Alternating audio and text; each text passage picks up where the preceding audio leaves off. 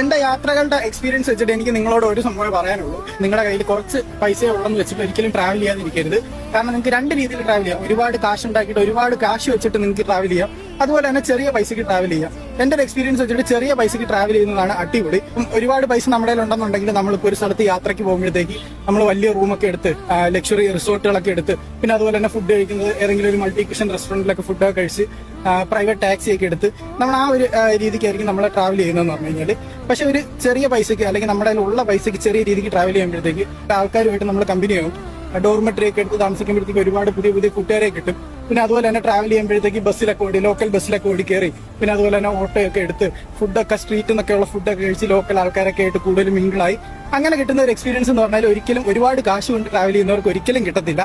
അതുകൊണ്ട് നിങ്ങൾ ഒരിക്കലും കാശ് കുറച്ചേ ഉള്ളെന്ന് വെച്ചിട്ട് നിങ്ങൾ ട്രാവൽ ചെയ്യാതിരിക്കരുത്.